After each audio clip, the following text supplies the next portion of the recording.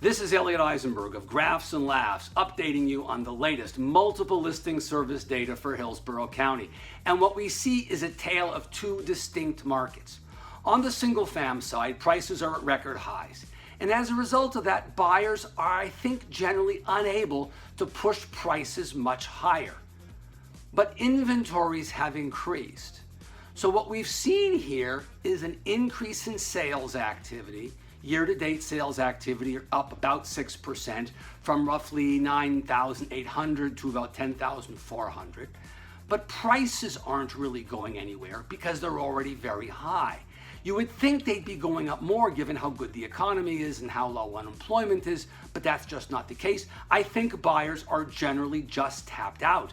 There's not that much more money for buyers to spend. So they're selling, prices are going up, but not much, but it's more volume that's doing particularly well. On the multifam side, it's the exact opposite. Sales activity year to date's pretty flat. There's almost no change at all, but prices are up 6%. And what I think is going on is people are being priced out, at least some people, a few people, are being priced out of the single fam market and are substituting and buying condominiums and townhomes instead.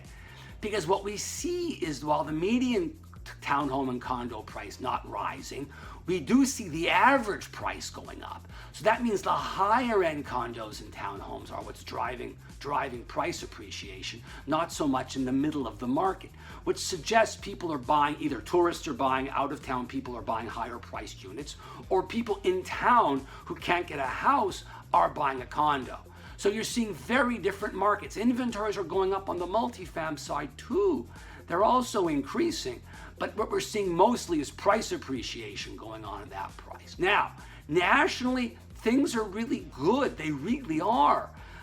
GDP growth came out for Q2 and it was very strong at 2.1%, a good strong number, despite weakening global economy, weakening exports, and weakening manufacturing because of global factors. It's lower than the Q1 number of 3.1%, but Q1 was juiced really because of a couple very odd and one-off things like exports, imports doing poorly, and so on and so forth. And now we're back at a more likely number. I expect all of 2019 GDP growth to be about 2.5%. So take Q1, take Q2, add them up, divide by 2, and that gets you 2.5% for the year. And that's a strong number. On top of that, we have labor markets that are really good, unemployment that's near record lows, job creation that's good, pay raises that have been pretty good, and if you add the new people working and the pay increases, total pay is going up by almost 5%. So personal consumption, 2/3 of GDP, or over 2/3 of GDP, is doing very strong. Add to that a 25 basis point cut or a percentage point cut in interest rates by the central bank, and that's going to give the economy a little bit more juice, and certainly keep the recessionary fear wolves at bay for another month. The economy really is doing fine. The likelihood of a recession coming in the near future is really about zero. That's it for now. See you next month.